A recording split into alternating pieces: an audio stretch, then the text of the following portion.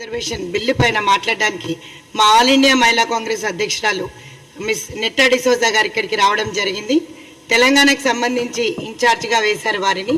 So వారు ప్రత్యేకంగా 33% reservation bill గురించి మీతో మాట్లాడడానికి ఇక్కడికి విచ్చేశారు. సో ఇప్పుడు వారు మాట్లాడతారు.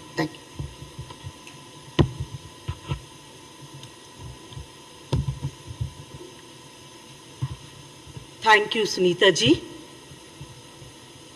Our members of the press, मैं हिंदी में बोलूं या इंग्लिश में, आपके लिए क्या कंफर्टेबल है? तेलुगु में नहीं बोल पाऊंगी, तो हिंदी या दोनों मिक्स कर लूं? Okay, Hindi okay, Hindi English mix okay.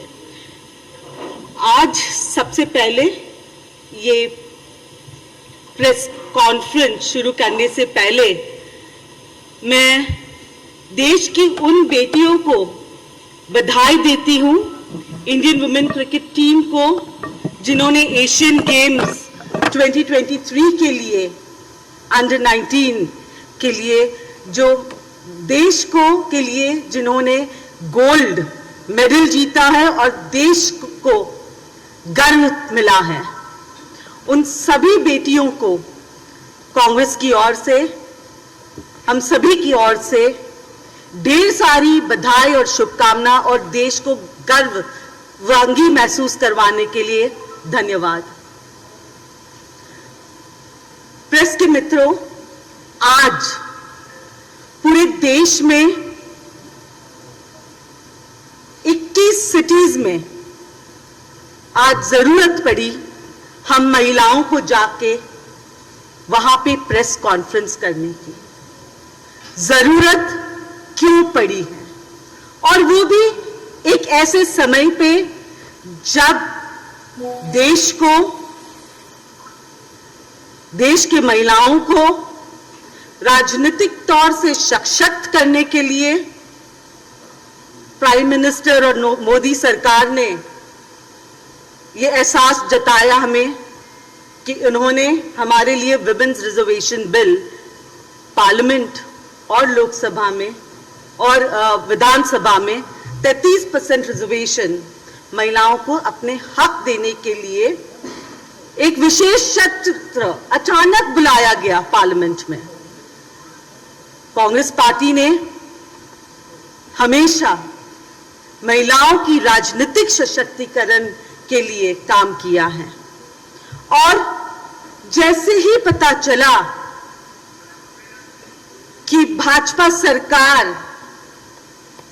अब 2023 में, क्योंकि वो सत्ता में 2014 से थे और वादा किया था कि वो महिला रिजर्वेशन बिल पारित करवाएंगे, जैसे ही उन्होंने ये कहा कि देश की महिलाओं को राजनीतिक तौर से सशक्त करने के लिए वो महिला रिजर्वेशन बिल पे चर्चा करेंगे, कांग्रेस पार्टी ने और 26 इंडिया के दलों ने साथ में मिलके इस बिल को समर्थन देने का निर्णय देश हित में सोचा. पहले भी अगर आपको याद हो, जब यूपीए 2 की सरकार थी तब कांग्रेस पार्टी ने विमेन्स रिजर्वेशन बिल को राज्यसभा में क्लियर करवाया था. और क्योंकि नंबर्स नहीं थे तो ये बिल लोकसभा में क्लियर नहीं हो पाया, जिसके चलते महिलाओं को रिजर्वेशन से लोकसभा में और राज्यसभा में अब तक हमें वो अधिकार नहीं मिला. 2014 में जब से मोदी सरकार बनी है, कई बार कांग्रेस की नेतृत्व ने, सोनिया गांधी जी ने स्वयं, राहुल जी ने स्वयं, मल्लिकार्जुन खड़गे जी कांग्रेस प्रेसिडेंट ने स्वयं, और महिला कांग्रेस ने एक महिला संगठन होने के चलते भी ये आवाज उठाई और बार बार जोर लगाई और बार बार आवाज उठाई कि ये बिल जो है वो तुरंत क्लियर किया जाना चाहिए। अब हमें प्रेस कॉन्फ्रेंस करने की जरूरत क्यों पड़ी है?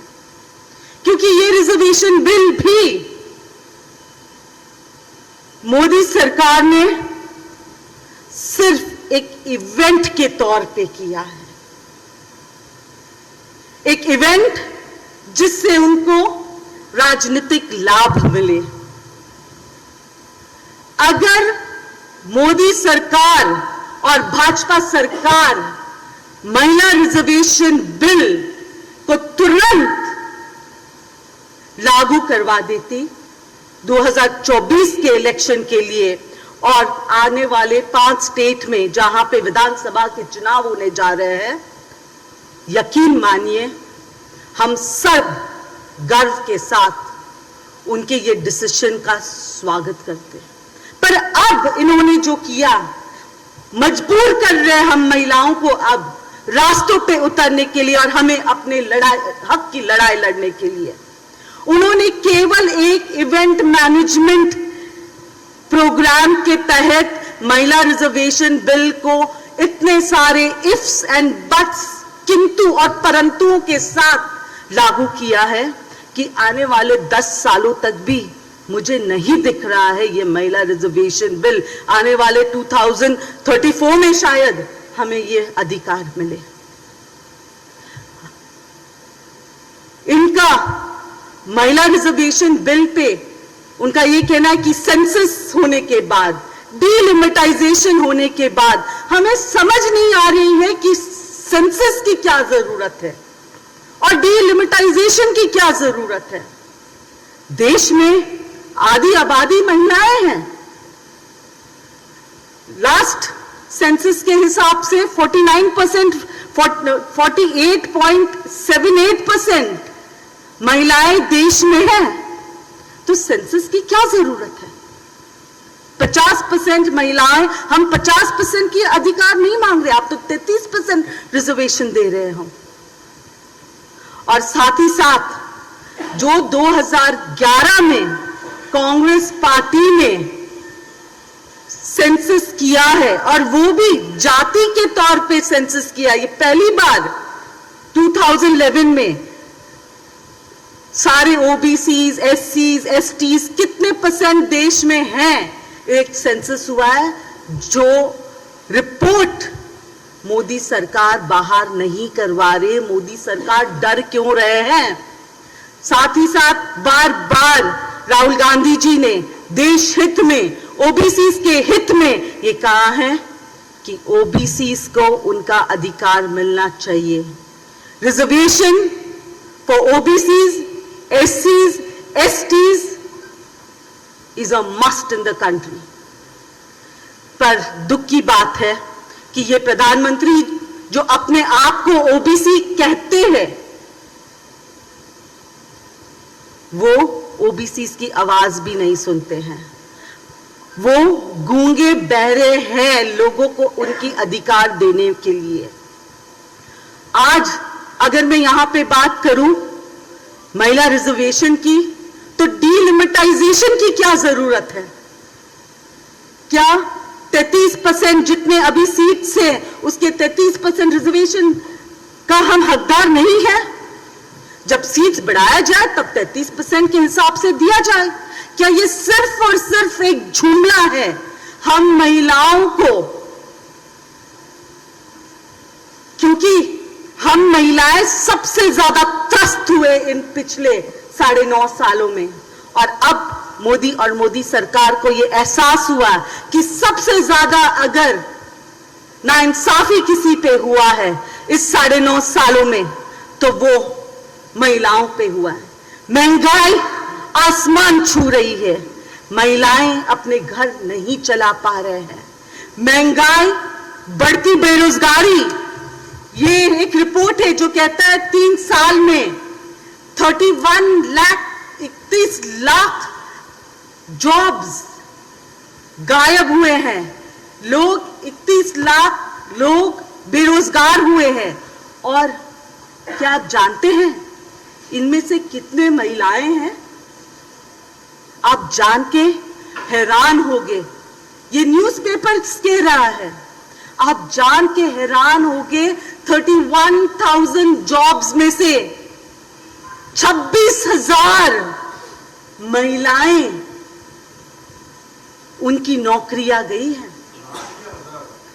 Lakh, I am sorry, 31 lakh, I correct my self, 31 lakh jobs देश में लोग जो है वो अपने रोजगार खो चुके हैं और उनमें से 26 लाख जो है वो महिलाएं हैं जिन्होंने अपना रोजगार खोया है।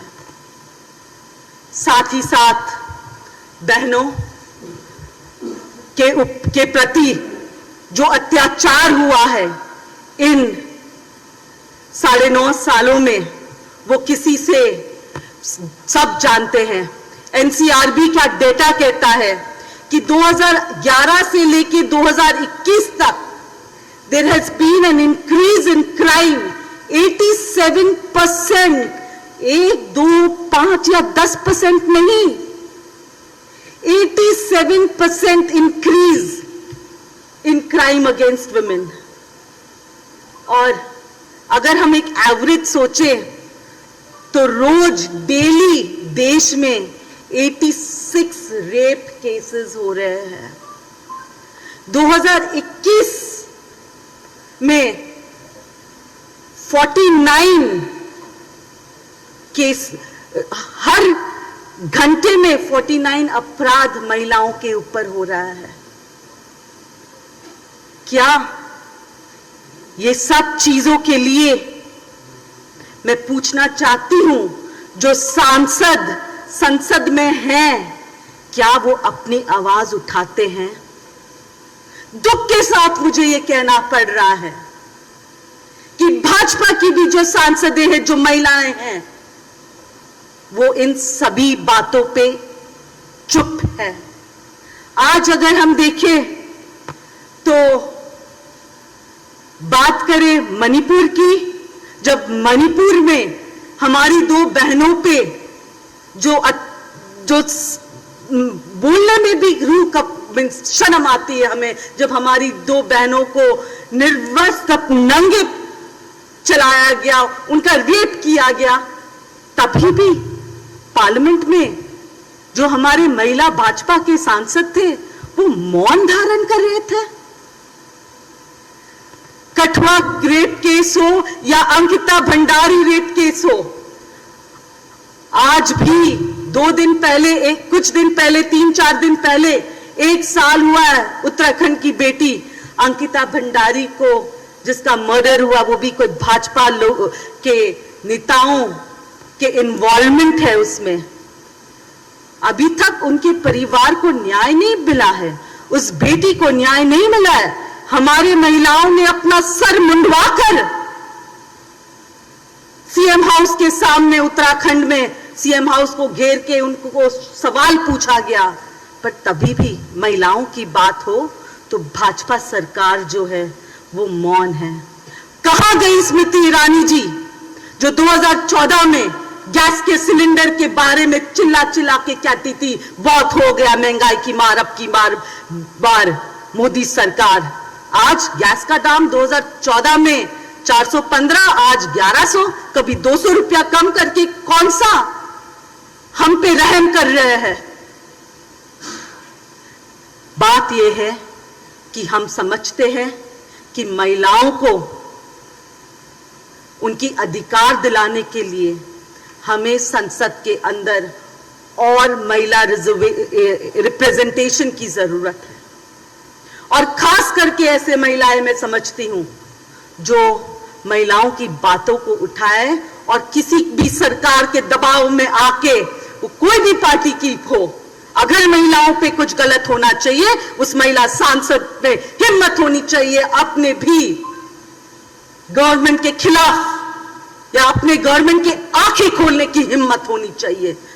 दुख की बात यह है कि जो महिला सांसद भाजपा के सदन में बैठे हैं वो गूंगे हो चुके हैं, वो गूंगे क्योंकि उनके आला कमान के खिलाफ वो कुछ नहीं बोल सकते हैं। अगर वो बोलेंगे तो कहीं ना कहीं जो दूसरे पार्टीज पे जो ईडी सीबीआई का रेड लगता है, शायद उनको भी डर हो कि उन पे भी ऐसी कोई कार्रवाई हो।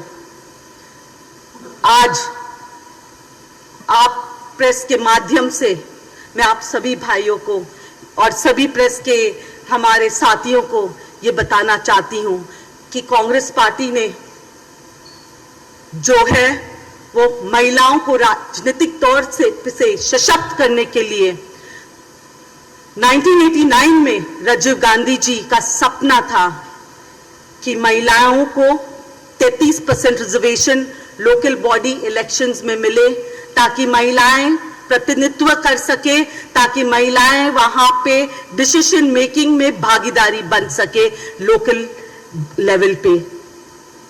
पंचायती राज में 1992 में जब नरसिम्हा राव की सरकार बनी, कांग्रेस की सरकार बनी, तब राजीव जी के इस सपने को साकार किया गया और बिना डीलिमिटाइजेशन के, बिना ये सोचे कास्ट सेंसस के, बिना किंतु परंतु तुरंत महिला रिजर्वेशन बिल पंचायती राज में लागू किया गया। आज उसी का नतीजा है कि 15 लाख के करीब महिलाएं देश में हैं जो लोकल बॉडीज में, पंचायती राज में, काउंसलर्स में, म्युनिसिपल कॉर्पोरेशंस, मेयर्स, आज 15 लाख के करीब महिलाएं राजनीतिक तौर पे सशक्त है। इस सशक्तिकरण को आगे ताकि लोकसभा और विधानसभाओं में भी ये महिलाएं पहुंचे, इसके लिए कांग्रेस पार्टी के नेतृत्व में आप सभी को पता है कि 2010 में महिला रिजर्वेशन बिल लेके आए और इसी सोच के साथ कि वो तुरंत लागू हो जाए, वो तुरंत इंप्लीमेंट हो जाए ताकि देश के महिलाओं को उसका लाभ मिले। पर आज जिस तरीके से नारी शक्ति वंदन बिल माननीय प्रधानमंत्री मोदी जी देश की महिलाओं को के सामने एक ऐसे बिल लेके आया जिसको हम 2034 से पहले लागू नहीं हो सकता है ये बिल सांसद में, तो मैं ये पूछना चाहती हूं उनसे और भाजपा से कि वो विशेष सत्र की जरूरत क्या थी। अगर आपको इसी तरीके से इस बिल पे किंतु परंतु करवाना था तो इसकी क्या जरूरत थी। देश की महिलाएं आधी आबादी जागरूक हो चुके हैं, उनका हक उनको दिलाने के लिए हम महिलाएं हमारा हक लेने के लिए भी हमें पता है कि हमें हमारा हक कैसे लेना है। आने वाले दिनों में आप जिस तरीके से बौखला गए हैं, आप जिस तरीके से महंगाई, बढ़ती बेरोजगारी और बढ़ती महिलाओं पे अत्याचार से डर के मारे अचानक आपको एक इवेंट मैनेजमेंट के तहत वाह वाह मोदी, थैंक यू मोदी करवाने के लिए आपको महिला रिजर्वेशन बिल, नारी शक्ति वंदन को वो भी नए संसद में महिलाओं को बेवकूफ बनाने की जरूरत नहीं थी। प्रधानमंत्री जी बताइए, जब नोटबंदी लाना था आपको, हम प्रधानमंत्री जी से पूछ रहे हैं, देश की महिलाएं, जब नोटबंदी, गब्बर सिंह टैक्स, आर्टिकल 370 हो, काला कृषि कानून हो, तब आपको संविधान का हवाला नहीं देना पड़ा लोगों को, तब तो आप तुरंत ये चीजें लागू करवा सकते थे। आप तो सुबह सुबह उठ के ही नोटबंदी का ऐलान, गब्बर सिंह टैक्स का ऐलान, तब आपको ये याद नहीं रहा कि आपको संविधान का कुछ प्रक्रिया के थ्रू आपको जाना चाहिए। पर जब महिलाओं को उनका हक देने की बात होती है तब आपको अचानक याद आया कि डिलिमिटाइजेशन होना होगा, कास्ट सेंसस होना होगा, महिलाओं को अपने हक देने का समय आया, तभी आपको ये सारे हथकंडे अपनाना पड़ता है। साथ ही साथ हम देश के ओबीसी महिलाओं के भी अधिकार के लिए लड़ रहे हैं। साथ ही साथ मैं मोदी जी और उनके सरकार को चेतावनी देती हूं और कहती हूं कि बहुत हो गया है महिलाओं के साथ झूठे वादे, झूठे, हर बार महिलाओं को आप ठग रहे हो। ठगना बंद करो मोदी जी। देश के महिलाएं जाग चुके हैं। और कांग्रेस पार्टी की ओर से भी मैं ये बता देती हूं कि 2024 में जैसे ही कांग्रेस की सरकार और इंडिया की सरकार बनती है, 26 दल ने हमने जो साथ में सोच लिया है, हम तुरंत महिला रिजर्वेशन बिल को लागू करेंगे। आते जितने प्रदेश में जहां पे भी इलेक्शंस हो विधानसभा के, उन सभी प्रदेशों में ये बिल लागू होगा। मोदी जी, अगर आप चाहते तो बहुत कुछ कर सकते थे। दुख की बात है कि आपने सिर्फ और सिर्फ, मैं दोबारा ये कहूंगी कि इवेंट मैनेजमेंट से आप ऊपर नहीं उठे हो। देश जो है वो इवेंट मैनेजमेंट से नहीं चलती है। देश जो है वो लोगों को दिए हुए वादों से चलती है। आपने देश को और देश के लोगों को जितने भी वादे दिए हैं, आपने जनता को अपने दिए हुए वादे कभी भी पूरा नहीं किया है। वो महंगाई हो, बढ़ती बेरोजगारी हो, 2 करोड़ नौकरियां देने की बात हो, 15 लाख लोगों के बैंक अकाउंट्स की बात में आने की बात हो, या जो गैस सिलेंडर्स की बात हो आपकी। और अब सबसे बड़ी बात यह है कि आपने उन महिलाओं को ठगने की कोशिश की जो राजनीतिक रूप से सशक्त हो गए, जो राजनीतिक रूप से समझदार हो गए, और जिनको आने वाले दिनों में पार्लियामेंट में बैठने के लिए 2024 में आपने हम महिलाओं का हक मारा है। हम महिलाएं जो है वो आपको आपका जगह दिखा के रहेंगे। आपको अगर कोई भी प्रश्न पूछना है, मैं आपके प्रश्न के लिए का उत्तर देने के लिए तैयार हूं।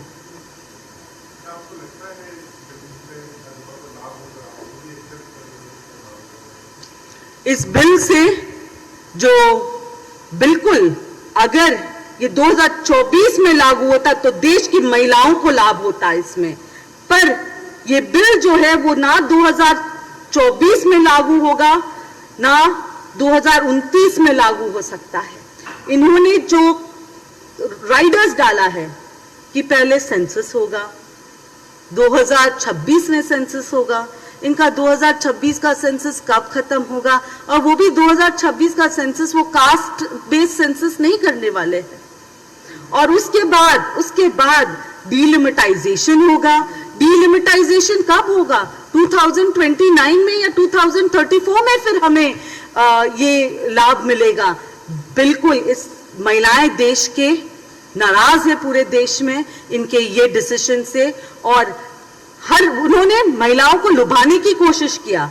भाजपा की सरकार कभी नहीं बन सकती है देश में, 2024 में कतई नहीं बनेगी। जिस तरीके से बढ़ती बेरोजगारी, बढ़ती महंगाई, महिलाओं पे बढ़ती अत्याचार, 87% increase in crime against women, और इन सभी चीजों के लिए इस बिल को लागू करवाने के लिए नया संसद भवन में उन्होंने स्पेशल सेशन बुलवाया। हम बहुत खुश थे, हमें लगा चलो उन्होंने जो भी किया, हम अब स्पेशल सेशन के द्वारा वो इस बिल को टेबल कर रहे सारे पार्टीज ने। आप देखोगे इवन वोटिंग में सभी ने, केवल 2 एमपीज ने वोट नहीं दिया लोकसभा राज्यसभा में, बाकी सभी ने वोट देके इस बिल को पारित करवाया। और इसका मतलब क्या है कि हम चाहते हैं कि ये बिल ये अभी लागू हो, पर ये लागू इस बिल को नहीं करवाना चाहते। वो सिर्फ और सिर्फ राजनीतिक फायदा उठाने के लिए इन्होंने ये बिल अभी स्पेशल सेशन बुलवा के उन्होंने इस बिल को टेबल किया है।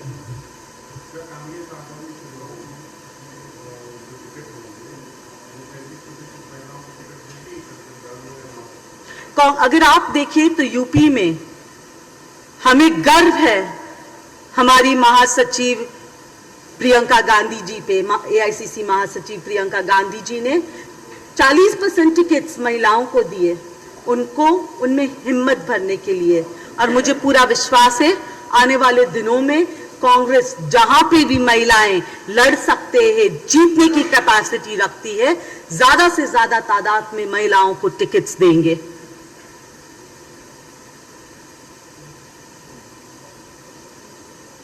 और कोई सवाल?